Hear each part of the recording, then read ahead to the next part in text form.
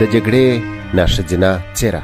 د دې کتاب کیسې افسانې نه دي، بلکې د هغو روسیو ښځو خاطرې دي چې په دویمه نړیواله جګړه کې برخه اخیستې وه. د دې اثر او یا لږ تر لږه د دې کیسو تر اورېدلو وروسته به مو د جګړې په باب سوچ هغسې نه وي لکه مخکې چې وو. دا تاریخي خو په ضمن کې هنري کتاب روسي لیکوالې او د نوبل جایزې ګټونکي سویتلانا الکسیویچ لیکلی دی. پښتو ژبې ته ښاغلي جبار فراز ژباړلی دی. زه احمدشاه پاڅون یم. دې برخې ته یې ښه راغلاست.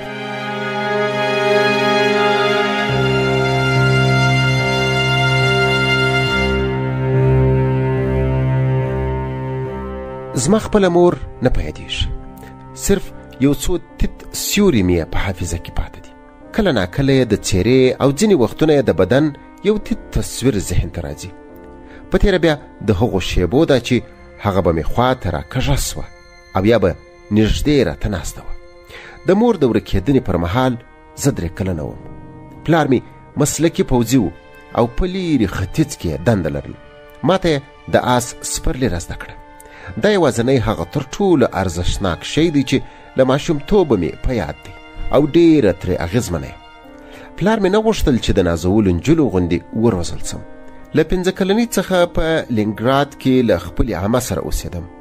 هغې د شوروي جاپان په جګړه کې د نرسې په توګه کار کړی و. ما ته یې د مور غوندې مینه راکوله. پر ما هم همدومره ګرانه وه. په بړکتوب کې څنګه وم؟ په ښوونځي کې په شرط له 2یم پوړه راغورځېدم. فوټبال مې ډېر خوښ و. له هلکانو سره به لوبېدم او ګول ساتنه مې کوله. د فنلینډ جنګ چې ونښت سختې تورې تپې مې وکړې چې برخه پکې واخلم. په 1941 کې تازه له 9م ټولګۍ فارغه سوی وم او په حرفوي لیسه کې د شاملېدو غوښتنلیک مې سپارلی و. عمه مې ژړله، ویل یې جنګ دی، خو زه بیا دې ته خوشحاله وم چې سنګر ته ځم او جګړه کوم. زه نو په دې څه پوهېدم چې وینه یعنې څه.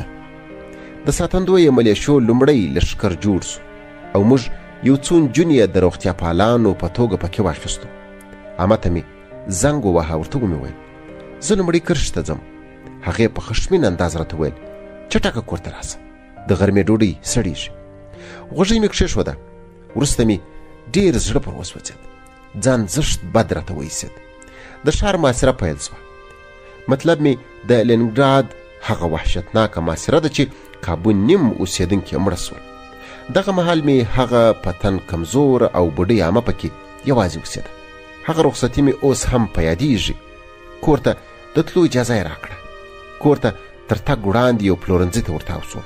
عمه مې تر جنګ مخکې مې له چاکلیټ سره لیونۍ مینه لرله. دوکاندار ته مې ویل چاکلیټ راکړه، مننه. دوکاندار داسې په ځیر ځیر راته وکتل لکه یوه لیونۍ چې یې لیدلې وي. زه د کوپن یا محاصرې په معنا نه پوهېدم. په کتار کې ولاړو ټولو مشتریانو مخونه راواړول او راته ویې کتل. پر اوږه مې تر ما اوږد ټوپک راځوړندو. کله چې په اوله ورځ دغه ټوپک راکړ ورته ومې کتل او له ځانه سره مې وویل کله به مې قد له دې ټوپک سره برابر سي. ناڅاپه په سب کې ولاړ ټول خلک پر خبرو راغلل او دوکاندار ته وویل ورکه چاکلیټ زموږ په کوپن کې وشمېره. لنډه دا چې چاکلیټ یې راکړل. د باندې پر سړک یې د لومړۍ کرښې لپاره مرسته راغونډوله. د میدان په مابینځ کې څو لوی لوی میزونه ایښول. پر هغو غټ غټ پتنوسان پراته ول. خلکو خپل د سرو ګوتمۍ او غوږوالي ایستل او پتنوسانو ته یې ورچول. ځینو بیا ساعتونه او پیسې ورغورځولې. نه چا کوم یاداشت اخیست او نه هم چاته یو رسید ورکول کېدی. میرمنو آن خپلې د واده چلې لا ایښولې. دغه انځورونه به مې تر قیامته له ذهنه ونوځي. او پر دې سربیره د ستالین هغه نه هېرېدونکی 220 ګڼه فرمان و چې ویل یو ګام را پر شا نسئ. که به مازې یو قدم را شاته سوې یا ځای پر ځای وژل کېدې او یا هم پوځي محکمې ته او له هغه ځایه نیغ جزایي کنډکونو ته لیږل کېدې. هلته استول سوي کسان مړه شمېرل کېدل. کوم کسان چې بیا له معاصرو یا غلیم له زندانونو څخه راتښتېدل په څارنیزو پنډغالو کې ساتل کېدل. زموږ د لښکر تر شا به همیشه د تیښتې مخنیوونکې ډلګۍ راپسې وه. دغو عسکرو به د تیښتې په صورت کې زموږ پر خپلو خلکو د ټوپکونو شپېلۍ ورواړولې. دا تصویرونه به مې هیڅ کله له ذهنه ونوځي.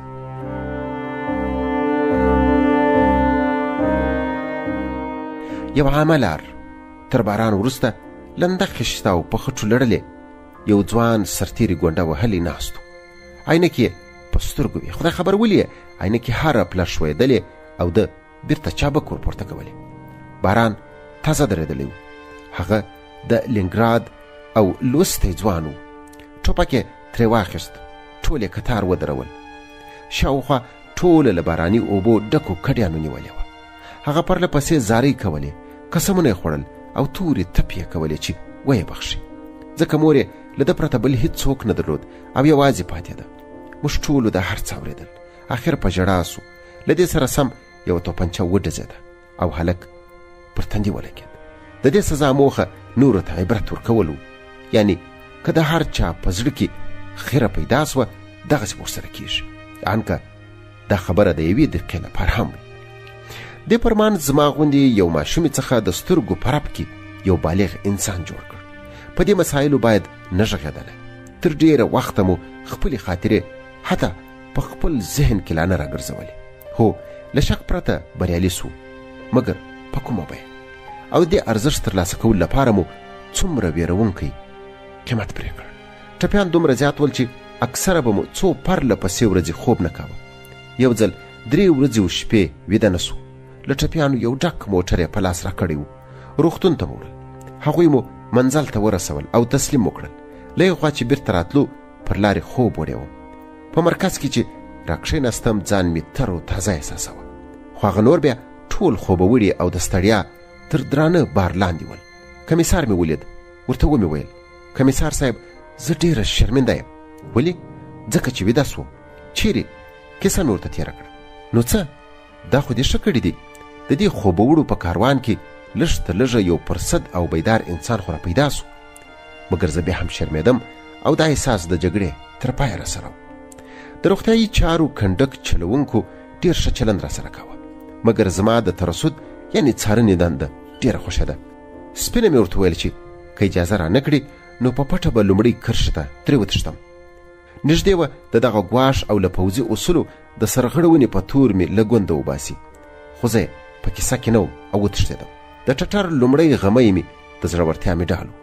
جګړه ونښته. د ګولۍ باران پیل سو. سرتیرو پروت وکړ. امر راته وسو د هېواد د ساتنې په پار مخ په وړاندې. خو هېچا حرکت ونه کړ. بیا امر وسو. دا پله هم څوک ونه خوځېد. زه پاڅېدم او خولۍ مې له سره ایسته کړه چې ټول مې وویني او وپوهېږي چې انجلۍ یم. له دې سره ټول ولاړ او په جنګ ورګډ سول. له همدې امله یې مډال راکړ او په همدغه ورځ یو ماموریت هم راوسپارل سو. له دې سره جوخت په لومړي ځل هغه چم راوسو.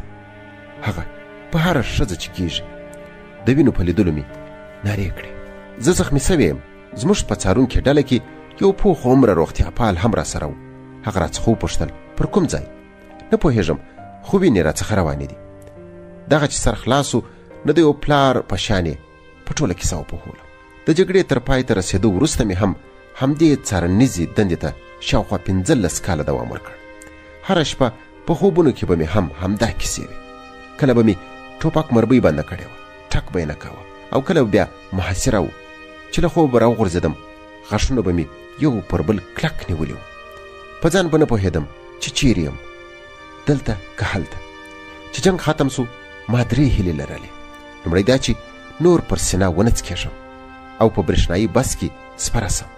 دویمه دا چې یوه دانه سپینه ډوډۍ رانیسم او په مزه مزه یې وخورم.